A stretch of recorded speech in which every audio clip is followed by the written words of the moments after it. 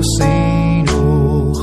Irmãos, convido a abrir a palavra de Deus no livro do profeta Isaías, profeta maior, não porque ele tem mais importância, né? Mas pela quantidade de capítulos dele, assim que é dividido o livro dos profetas. Isaías capítulo 1.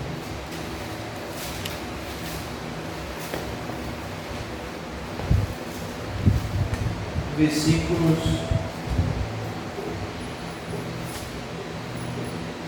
do 10 ao 20.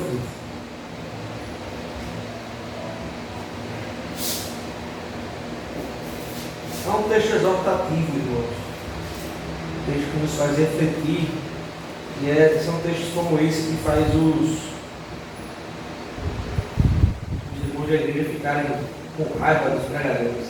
Triste. Mas não fiquem assim. Amoleçam seu coração e a sua mente para ouvir a palavra de Deus. Diz assim, do versículo 10 ao versículo 20 de Isaías capítulo 1. Diz assim a palavra do Senhor: ouvi a palavra do Senhor, vós, príncipes de Sodoma, prestai ouvidos à lei do nosso Deus, vós, povo de Gomorra. De que me serve a mim a multidão de vossos sacrifícios, diz o Senhor. Estou farto dos holocaustos de carneiro e da gordura de animais cevados, e não me agrado do sangue de novilhos, nem de cordeiro, nem de bodes. Quando vindes para comparecer perante mim, que vos requereu o só pisardes os meus atos? Não continueis a trazer ofertas vãs. O incenso é para mim abominação, e também a festa da lua nova, os sábados, e a convocação das congregações. Não posso suportar iniquidade associada ao ajuntamento solene. As vossas festas da lua nova e as vossas solenidades, a minha alma as aborrece. Já me são pesadas, estou cansado de as sofrer. Pelo que, quando estendei as mãos, escondo de vós os olhos, sim. Quando multipliquei as vossas orações, não as ouço, porque as vossas mãos estão cheias de sangue. Lavai-vos, purificai-vos, tirai a maldade de vossos atos de diante dos meus olhos, cessai de fazer o mal. Aprendei a fazer o bem, atendei a justiça, repreendei ao opressor, defendei o direito do órfão, pleiteai a causa das viúvas. Vinde, pois, e arrazoemos, diz o Senhor. Ainda que os vossos pecados sejam como a escarlata, eles se tornarão brancos como a neve. Ainda que sejam vermelhos como o carmesim, se tornarão como a lã. Se quiserdes e me ouvirdes, comerei o melhor desta terra. Mas se recusardes e fossem rebeldes, serei devorado à espada, porque a boca do Senhor o disse. Amém. Assim seja. Vamos orar. Deus, louvado seja o teu nome, Senhor, por este culto.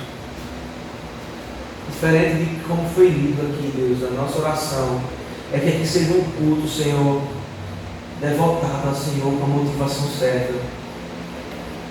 Que seja um culto em que possamos prestar esse culto de acordo com o que o Senhor nos ensinou. Ó Deus, que possamos ouvir essa palavra, Deus, e entender como uma lição que o Senhor nos ensina, que o Senhor nos dá, para que possamos glorificar o Teu nome da forma certa. E tenha misericórdia de nós, Senhor, quando não fazemos isso. O Senhor nos ensina todo o tempo. Então, Deus, amolece o nosso coração, a nossa mente. Possamos entender, Deus, com coração e mente, aquilo que o Senhor quer nos ensinar e falar. Que agradecemos no nome de Jesus Cristo já por essa palavra. Amém. Amém. Irmãos, um texto que é difícil de ler, né? É um texto que nos dá arrepios, vamos dizer assim. E é interessante porque esse texto me faz lembrar um episódio que aconteceu com o Senhor Jesus Cristo, lá no livro de Lucas, capítulo 18, versículo 18, que é a história do jovem rico. Nós já tratamos algumas coisas aqui do jovem rico, né? E ele chega meio que ironicamente ao Senhor Jesus Cristo, o grande mestre, diz: bom mestre, né? O que eu preciso fazer, os irmãos conhecem. para herdar a vida eterna. E Jesus responde: por que me chamam de bom se eu tenho um que é bom, né? Que é Deus? E aí Jesus continua e diz: sabe, os mandamentos os cumpre. O jovem responde: eu já faço isso, meu Senhor. Desde a minha juventude eu sou ensinado a cumprir os mandamentos. Jesus agora vai no ponto fraco daquele jovem, e aquilo que tomava conta do seu coração, aquilo que ele não trocaria por nada, aquilo que era seu objeto de idolatria, aquilo que era o mais importante na sua vida, que era a sua riqueza, Jesus diz: vende tudo e doa, e me segue, né? Tudo que aquele jovem rico fazia, né? Como seguir toda a lei, segundo ele afirmava, não passava apenas de uma hipocrisia, né? Com certeza o jovem rico ele cumpria à risca tudo aquilo que o Antigo Testamento mandava. Ele guardava o sábado, ele não comia carnes impuras, fazia todos os sacrifícios necessários na data certa, de acordo com o animal que deveria ser levado, fazia tudo sem colocar nada, sem tirar nada, mas fazia não com a motivação do coração, não para glorificar a Deus, mas parecia que era como se fosse uma moeda de troca, algo totalmente hipócrita, algo que devia ser cumprido e por se cumprir, uma obrigação, e somente isso, pois aquilo parecia que não dava deleite à sua vida, não trazia prazer à sua vida. Irmãos, aqui é um texto de Isaías, que ele abre a sua carta, e ele pega no ponto fraco do povo judeu, e que parece também ser um ponto fraco das nossas vidas hoje em dia. E eu falo disso para a igreja inteira, não é somente para os irmãos, não é? Mas para toda a igreja, o pastor, o oficial, o pregador, todo mundo. Porque me parece, irmãos, que para os irmãos parece obrigação, para o pastor parece obrigação, falando no contexto geral de igrejas evangélicas, né? Não há mais deleite. As pessoas fazem questão hoje de fechar as igrejas por causa de um decreto. Porque é muito mais cômodo pregar em frente ao celular. E é muito mais cômodo para os membros ouvirem a pregação no sofá da sala. O livro de Isaías, irmãos, é um dos livros mais interessantes do Antigo Testamento, né? É conhecido como uma mini Bíblia. Sem dúvida, para mim, ele é um dos livros mais interessantes dentre os profetas. E a primeira coisa que nos faz chamar a atenção é porque Isaías possui 66 livros em todo, né? No seu livro. 66 capítulos, perdão. Em todo o seu livro. E onde desses 66 capítulos, 39 tratam sobre, os primeiros 39 tratam sobre o juízo de Deus. Sobre o juízo de Deus quanto ao pecado do seu povo. Não só pecado dentre depravação moral, corrupção, idolatria e todo o âmbito do pecado, né? Então os 39 primeiros capítulos de Isaías falam do juízo de Deus quanto ao pecado do povo, e aqui se inicia quanto ao culto ao Senhor, que está sendo feito de uma forma errada. E os últimos 27 capítulos do livro apresentam uma mensagem de salvação e graça, esperança no Deus de Israel. Lógico que dentro dos livros há uma mescla, né? A gente vai ver pequenas porções, como a gente viu aqui no versículo 18 a 20, traz uma pequena porção de graça dentro daquilo que foi dito. Mas em geral é 39 capítulos falando sobre o juízo de Deus e 27 falando da graça de Deus. Por isso que é considerado uma mini Bíblia, né? Lembrar os irmãos aqui que a Bíblia é constituída por 66 livros, 39 no Antigo Testamento e 27 no Novo Testamento. Lógico que isso não é inspirado, isso aconteceu depois, mas há uma coincidência maravilhosa aqui, né? Por isso ele é considerado uma mini Bíblia. Aqui você vê a lei, você vê os judaizantes, você vê o pecado do povo, você vê Deus, vê Cristo. Ele viveu aqui, o profeta Isaías, no período pré-exílico, né? Antes da invasão da Babilônia sobre Israel, e consequentemente sobre Jerusalém, lógico. E é interessante também porque nesse livro há várias passagens a respeito da primeira vinda do Messias, de Cristo sendo encarnado e vindo lá para o povo do primeiro século. Ele fala bem claramente sobre Jesus, e também não só sobre a primeira vinda, mas Isaías também fala sobre a segunda vinda de Cristo, do Messias, né? é o livro do Antigo Testamento que mais deixa claro, de forma simples e curta, a vinda do Senhor Jesus Cristo. Está explanado no livro. Por isso que ele é fascinante. Diferente de outros livros que você consegue ver falando sobre a vinda de Cristo, mas de uma forma tipológica, né? Aqui é claro no livro de Isaías. E a palavra salvação nesse livro ocorre 26 vezes. Enquanto se você juntar em todos os outros profetas, só ocorre apenas 7 vezes. São informações que nos deixa claro em que, ao mesmo tempo que o livro de Isaías denuncia o pecado do povo, anuncia um Salvador para esse povo. Se os judeus do primeiro século tivessem olhado, ou relido, ou lido com atenção o livro de Isaías, eles não desconfiavam de Jesus Cristo ser o Messias, de Jesus ser o Cristo, melhor dizendo. Até porque o próprio nome Isaías significa o Senhor, é a salvação.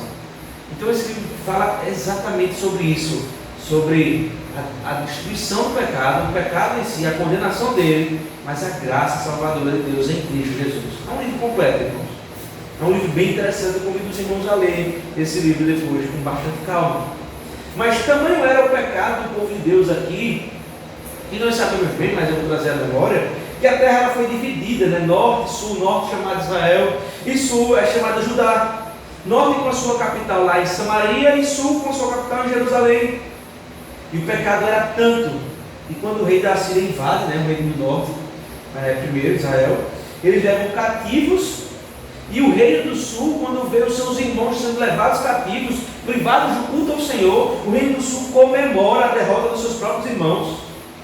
Veja o tamanho da decadência do pecado daquele povo.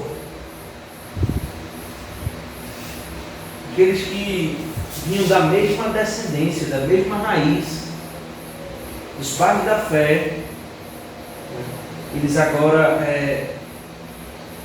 os assírios tomam conta, mas agora próprios assírios olham para o reino do sul, o rei Senaqueribe, né? Invade Judá e destrói todo o reino do sul, menos Jerusalém. Esse é o contexto, irmãos. Jerusalém ela não é destruída porque Senaqueribe, no alto da sua glória humana, disse que o Deus de Israel, né, não podia salvar a sua cidade.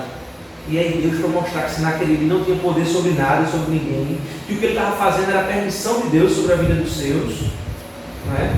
Deus ele defende Jerusalém e diz a palavra de Deus que de um dia para a noite Deus mata todo o exército de Senaqueribe, deixando somente os capitães, né, vivos para testemunhar a morte dos seus soldados.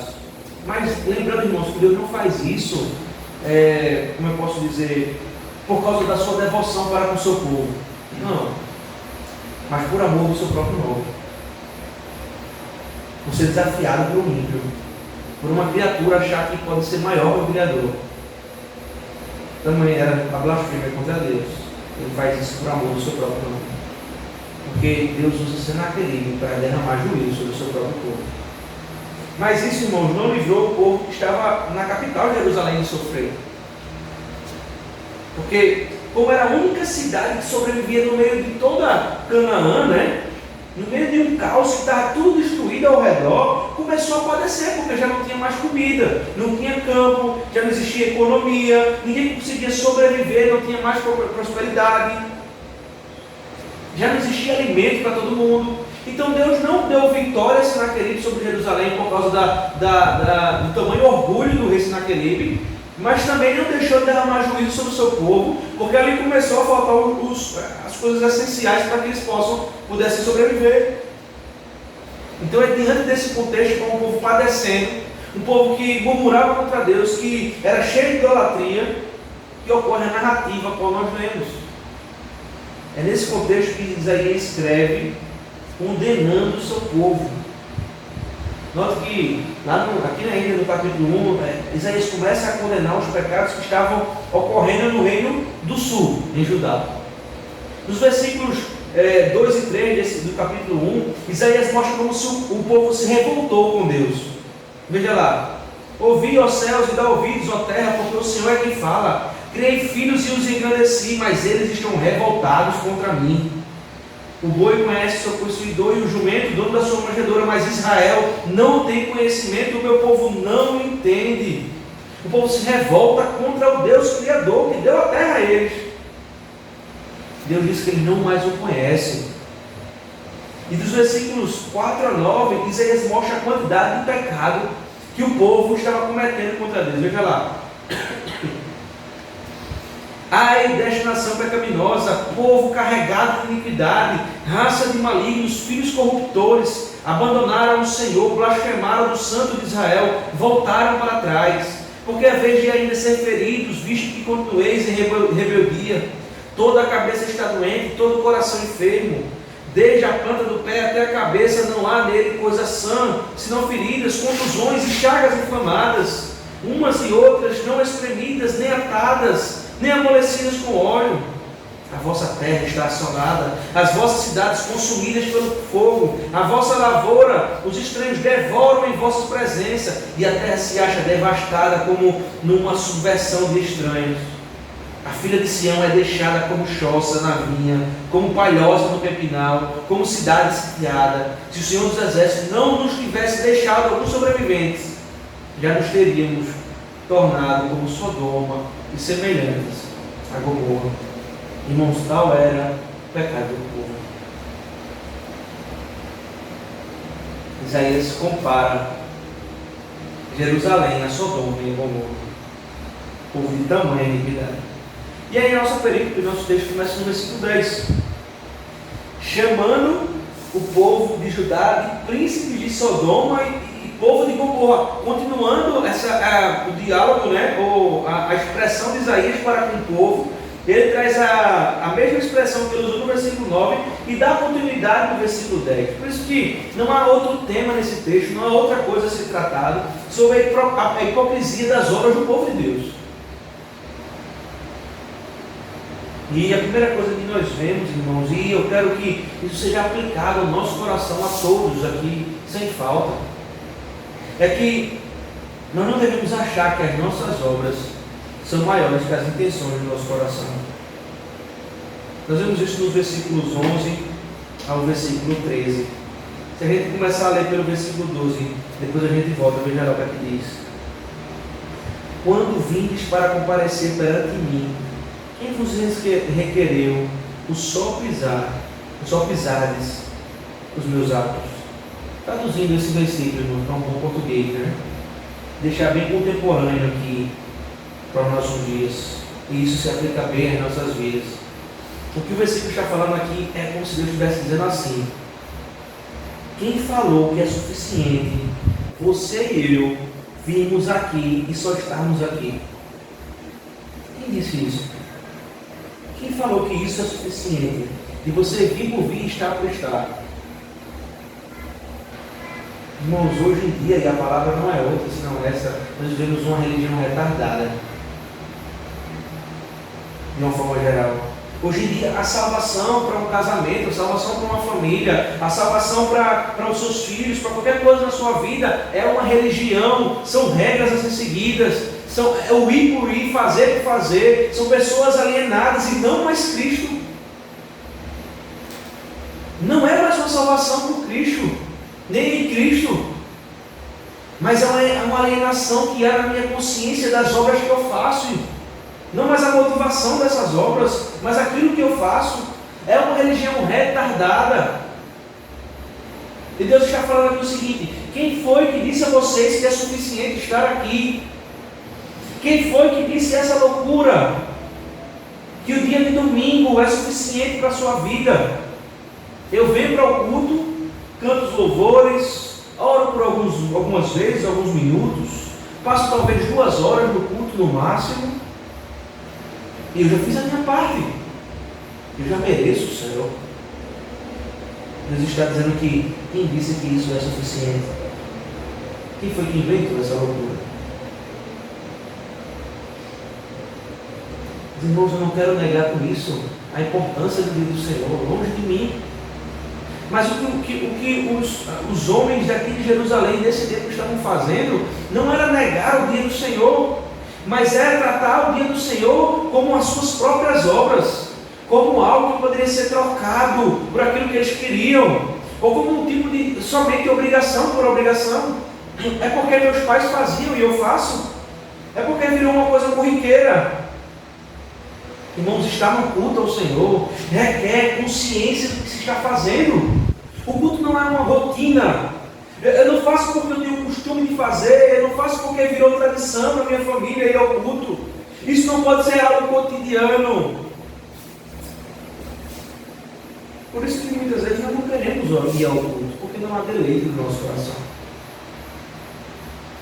Porque quando algo vira rotina, fica chato. Devemos viver, irmãos, a nossa semana ansiando esse momento, contando os dias para que chegue o dia em que a Santa Congregação vai ser formada, para louvar o nome do nosso Criador. Irmãos, isso é a coisa mais importante da vida de vocês. Não há outra coisa mais importante. Não há trabalho mais importante. Não há qualquer encontro, aniversário, seja lá o que for, não há nada mais importante. Mas você não faz porque é uma obrigação, e nem porque é importante por si só, mas porque você tem aqui com um objetivo de louvar a Deus. Irmãos, tratem isso no coração de vocês, assim como eu tento tratar no meu todos os dias, todos os domingos.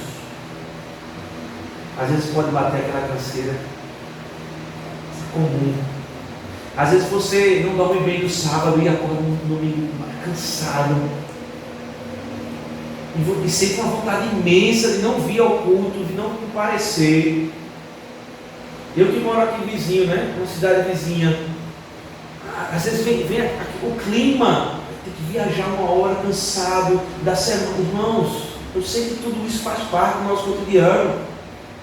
Infelizmente, a época que vivemos nos obriga a trabalhar mais e mais, a buscar mais e mais, e o cansaço vem, é fato. Mas, irmãos, não há descanso maior, não há deleite maior do que tirarmos um dia na semana, que é o domingo escolhido por Deus, é louvar o nosso Senhor. Não trate como uma tradição, não trate como um ritual. O Senhor abomina isso. Isso para você é um sacrifício. Irmãos, por que não deve ser um sacrifício para você o dia ao culto? Porque alguém se sacrificou para que seja um deleite para a sua vida.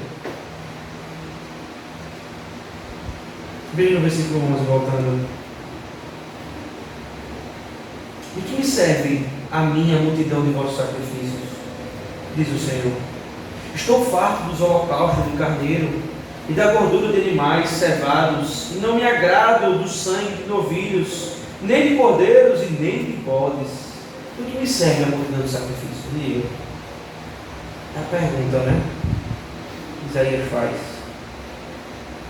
Se para você vir à igreja é uma peleja, é uma obrigação, é cansativo, o Senhor está afirmando no versículo 11 que não serve de nada esse sacrifício.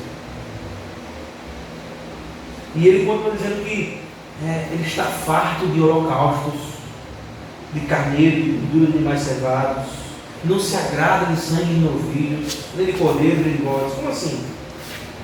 Porque parece algo contraditório do Senhor.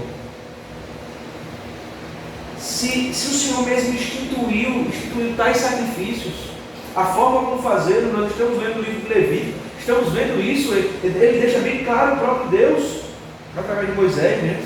Como é que ele não podia se agradar dos sacrifícios que ele mesmo instituiu?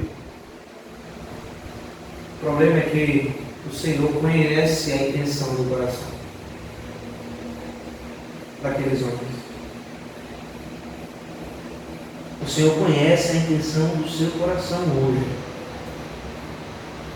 Ele sabe exatamente o motivo de você estar aqui hoje. Se é para agradar alguém, quer seja ele Deus ou não. Se você está aqui hoje, seja para cumprir uma tradição ou um ritual, ou você está aqui hoje para barganhar com Deus, com o Senhor, ou você está aqui hoje para adorá-lo em espírito e verdade. Só uma resposta certa, que irmãos sabem.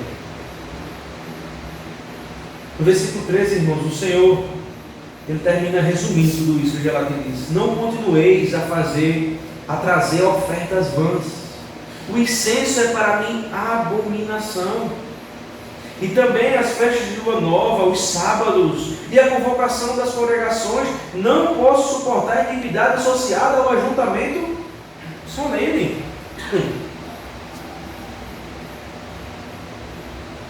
Há um resumo aqui, né, irmãos? A ponto do Senhor, de forma extrema aqui, ele disse: não adianta vocês se juntarem em congregação. Irmãos, a pandemia tem sido, para a vida das pessoas que afirmam a fé cristã, tem sido um filtro nas igrejas, colocando de forma cômoda aqueles que nunca foram com intenção de louvar a Deus, mas por outras intenções no seu coração. E agora eles conseguem fazer isso das suas próprias casas, sem mais ter o trabalho de se deslocar da sua casa, de acordar cedo cansado, de não mostrar presença no culto. Isso tem revelado o coração de tantas pessoas, irmãos, que se uma coisa boa nós podemos extrair dessa pandemia é isso, é revelar o coração dos crentes. E tem mostrado também a real intenção daqueles crentes adoradores verdadeiros, a ponto de enfrentarem o Estado e dizer: não, nós não vamos fechar, porque antes importa obedecer a Deus do que aos homens. Isso revela o nosso coração. Uma coisa didática, pavorosa, que o Senhor Deus trouxe ao mundo, mas a igreja, em forma de pandemia, tem revelado o coração dos crentes e dos crentes revestidos também.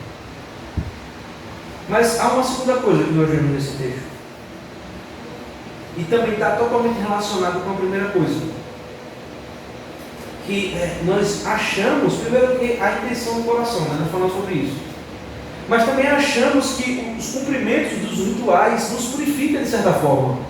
Está totalmente relacionado com a intenção do coração. Isso a gente vai ver do versículo 14 a 17. Veja lá comigo, leia. Preste atenção, eu vou ler os irmãos. Observam: as vossas festas da lua nova e as vossas solenidades, a minha alma as aborrece, já que são pesadas, e estou cansado de as sofrer. É Deus falando, irmãos, na boca do profeta. Pelo que quando estendeis as mãos, esconde de vós os olhos. Sim, quando multiplicai as vossas orações, não as ouço, porque as vossas mãos estão cheias de sangue. Lavai-vos, purificai-vos, tirai a maldade de vossos atos, de diante dos meus olhos, cessai de fazer o mal, aprendei a fazer o bem, atendei a justiça, repreendei ao opressor, defendei o direito do órfão e pleiteai a causa da viúva. Veja, Deus diz na boca do profeta que está cansado de sofrer. O culto queria ser algo prazeroso, não só para os crentes, mas para Deus. Passa a ser um sofrimento no contexto de Jerusalém, esse termo. Sofrer porque os homens de Jerusalém o louvavam em festas e solenidades, mas louvava a Deus em favor deles. Era um culto para eles. Eles queriam a misericórdia de Deus, mas tratavam Deus como um mordomo das suas necessidades, pois eles sabiam que o rei assírio tinha tomado tudo, e depois de estarem cheios de iniquidade nas suas mãos, depois de estarem cheios de sangue nas suas mãos, agora sem arrependimento nenhum, querem sacrificar o Senhor como forma de barganha, como moeda em troca. Interessante porque no versículo 15 diz: quando eu estendei as mãos, escondo de vós os olhos. Ou seja, quando vocês levantarem as mãos para orar, isso era o costume da época, né? Nós vemos isso no Novo Testamento também. Eu não olharei para vocês. A NTH diz assim, né?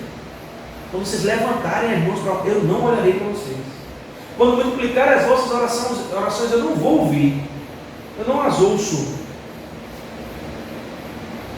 O Senhor está dizendo que vira as costas para esse tipo de ritual, para esse tipo de oração. Como orar ao Senhor lhe pedindo coisas se a sua mão está cheia de sangue? Como orar ao Senhor lhe pedindo algo se você nem orou primeiro pedindo perdão pelo seu pecado? Interessante, porque nós queremos sugar de Deus tudo aquilo que Ele pode nos abençoar. Como sanguessugas, por causa do pecado que somos, nós queremos sugar de Deus o máximo de bênçãos que Ele pode trazer às nossas vidas. Não só de Deus, como das pessoas que estão próximas a gente. A gente nunca está disposto a ser sugado, mas sempre a sugar. E é um poço que é incapaz de se encher. É o nosso coração pecaminoso, nós sugamos.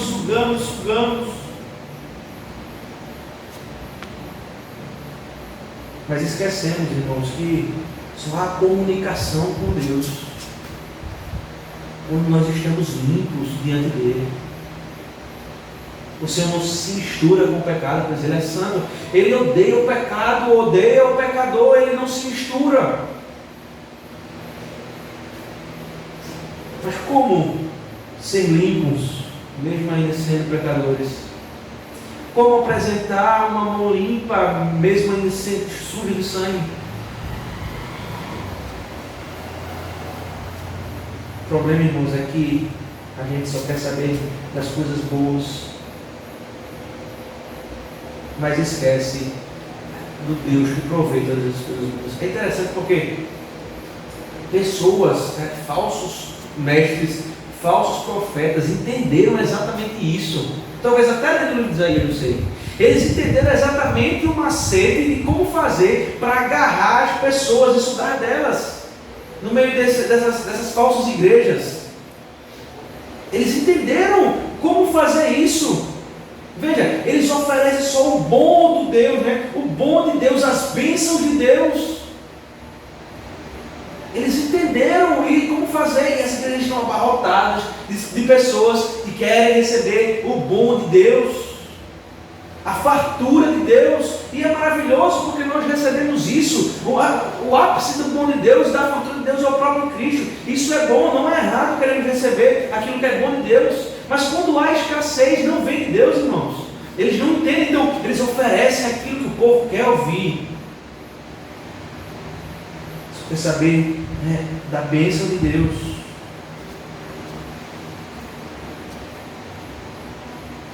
A gente quer saber que o nosso salário vai entrar todo mês, dá completinho, que a nossa feira vai ser comprada como todo mês, e nada vai faltar.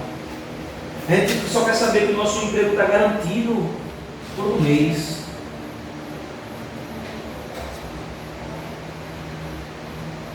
Mas enquanto está tudo certinho, talvez haja até um deleite em vir para a igreja, né?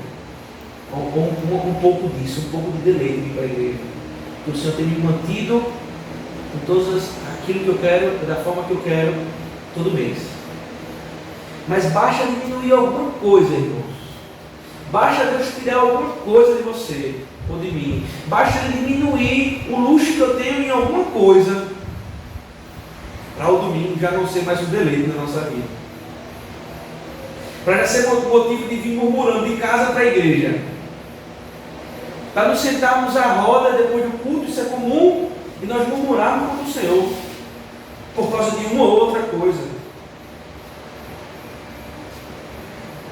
Nós vemos muitas vezes o culto se arrastando.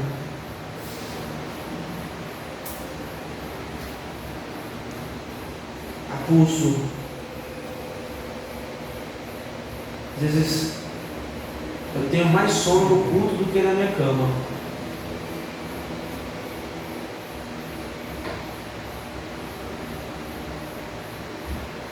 Porque as coisas ou não estão como eu quero, ou já estão como eu quero.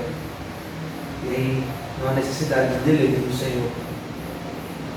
Já disse uma pessoa, irmãos, que a gratidão é a memória do coração. Eu já repeti aqui essa frase para os irmãos.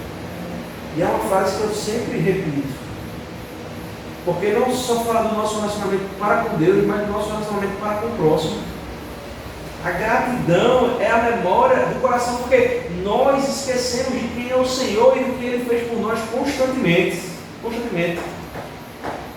Se lembrássemos do que o Senhor fez por mim, mesmo antes de eu ser nascido, do que Ele já fez, do que Ele é, eu seria muito mais grato na minha vida, eu seria muito mais contente na minha vida.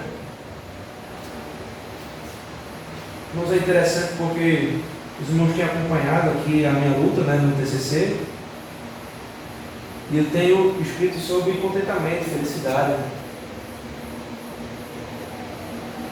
E eu estou olhando para os filósofos gregos, irmãos, que eles falam muito sobre o que é felicidade.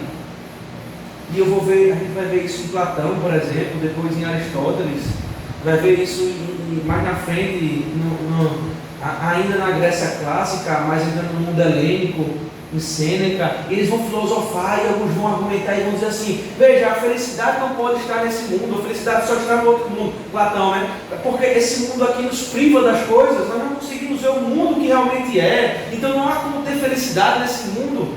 Outros vão dizer: não, mas veja, há felicidade sim nesse mundo, é só a gente ter aquilo que a gente deseja junto com a virtude, que é fazer o que é melhor, e nós vamos ser felizes. Outros vão dizer: não, você não pode ter nada, porque quando você tem alguma coisa, você tem desejo de ter mais e mais e mais, e isso tira a sua felicidade. E há várias pessoas vão dar o seu pitaco e dizer o que é felicidade, o que é contentamento, e vão tentar encher a sua mente, seu coração dessas coisas e acreditar nisso. Agostinho, junto com Tomás de Aquino, compartilhando quase o mesmo pensamento. Eles vão dizer assim: a felicidade está em Deus. Sabe por quê? Porque Deus é eterno. E Ele atrela a eternidade, a imutabilidade de Deus. A felicidade está em Deus, porque a felicidade é uma mentira. Quando nós atrelamos a felicidade a coisas que passam, a coisas que perecem, a coisas que são criadas, a coisas que chegam e vão. Mas quando eu atrelo a minha felicidade àquilo que não passa, aquilo que é eterno, e só isso é verdade, aí é impossível ser tirado de mim a felicidade. E a felicidade já não é mais um estado. Hoje eu estou feliz e amanhã eu posso não estar feliz. A felicidade é um ser. Eu sou feliz. Eu sou feliz. A felicidade está em Deus. O contentamento está em Deus. Se nós pensássemos assim, irmãos, a gratidão faria parte do nosso coração todos os dias. Mas infelizmente, irmãos, o Senhor e o seu culto o culto ao Senhor, melhor dizendo, viraram algo tão normal, algo tão diário, algo tão cotidiano para as nossas vidas. E o domingo é só mais uma programação qualquer. Como uma quarta-feira, reunião de oração, ou como jogar bola no sábado. Infelizmente é assim, tem sido assim. Agradeço a Deus pela nossa igreja, porque aqui temos momentos de reflexão, nós pensamos, parece que caminhamos juntos, o Senhor tem cuidado de nós, mas Deus tem misericórdia na nossa vida, irmãos. Porque assim como nós lemos em 1 Coríntios, devemos ter cuidado para que não possamos cair, Deus nos livre desses egoísmos que toma conta do nosso coração. Deus nos livre desses pensamentos, quando eu só penso em mim mesmo, eu esqueço do Senhor, esqueço do meu próximo. Deus nos livre dessa falta de gratidão. Deus nos livre desse descontentamento.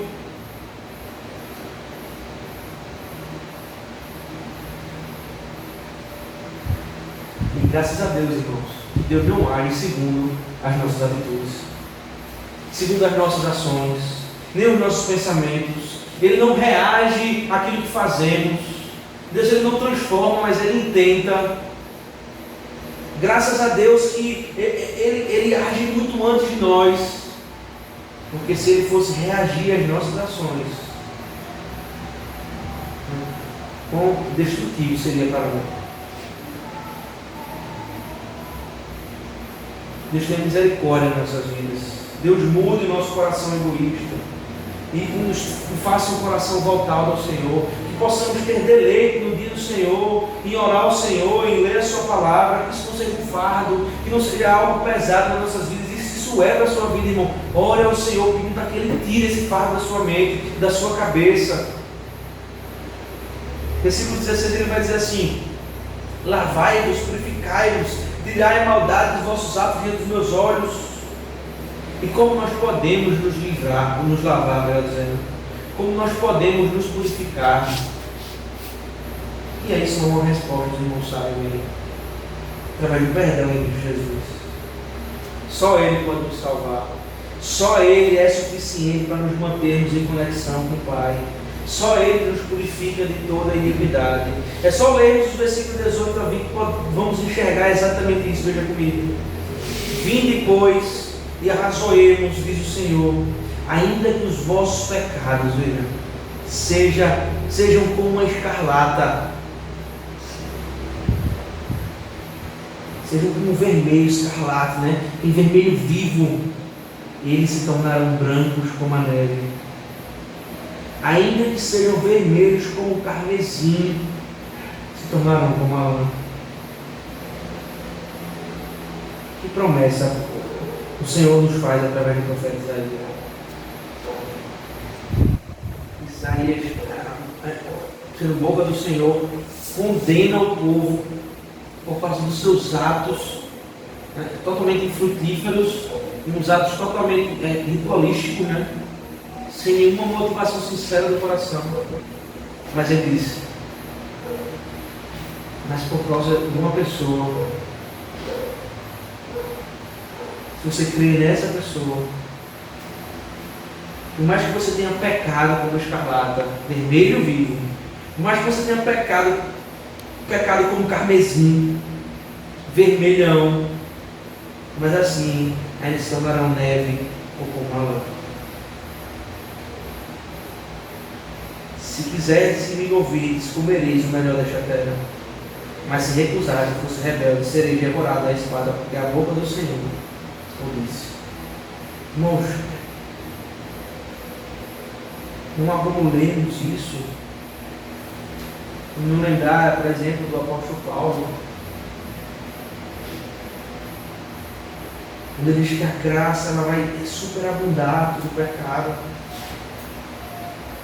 O apóstolo Paulo, que ele vai tratar isso no livro de Romanos de uma forma incrível, completa, a sua doxologia, os seus detalhes. Vamos abrir aqui, irmãos, no livro de Romanos para lermos, terminarmos com essa leitura.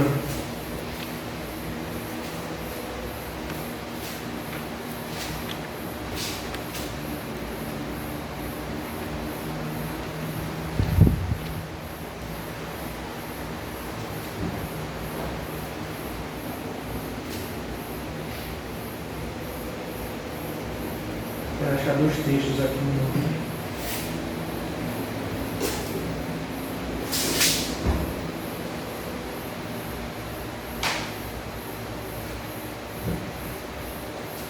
capítulo 11.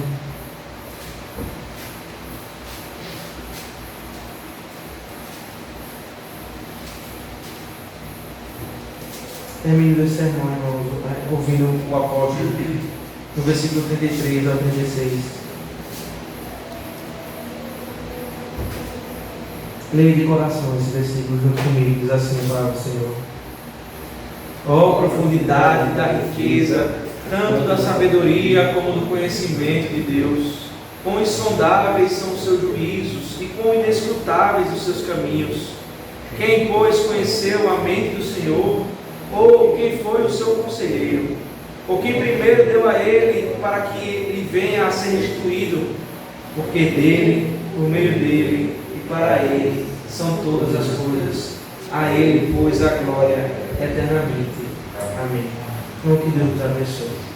Essa palavra ache guarida em seu coração e que você esconda como um tesouro, para que possa glorificar a Deus de uma forma cada vez melhor, de uma forma cada vez mais. Nos oramos, Senhor. Senhor nosso Deus, nós somos gratos, Senhor, por essa palavra. Palavra dura que nos exorta, que mexe com o nosso íntimo, que fala aos nossos corações, mas que ao mesmo tempo o Senhor nos mostra o caminho que nós devemos seguir. A todos, Senhor, aqui, que mexe com coisas individuais, que fala com a nossa mente, nas coisas que pensamos. Ó Deus, que palavra que mexe nos nossos pecados diários e escondidos. Ó Deus, o nosso pedido, a nossa oração, para que o Senhor trabalhe isso em nós, possamos dar o devido valor, não por obrigação somente, mas pela verdadeira intenção do coração, ou pelo verdadeiro motivo da intenção do coração. Então nos ajuda, Senhor, a vivermos essa vida de crentes que somos, mas que possamos explanar, refletir o Senhor Jesus Cristo nas nossas atitudes, nos nossos pensamentos. Deus, que possamos refletir sobre essa palavra durante toda a semana e te agradecemos em nome de Jesus Cristo. Amém. Amém. Irmãos,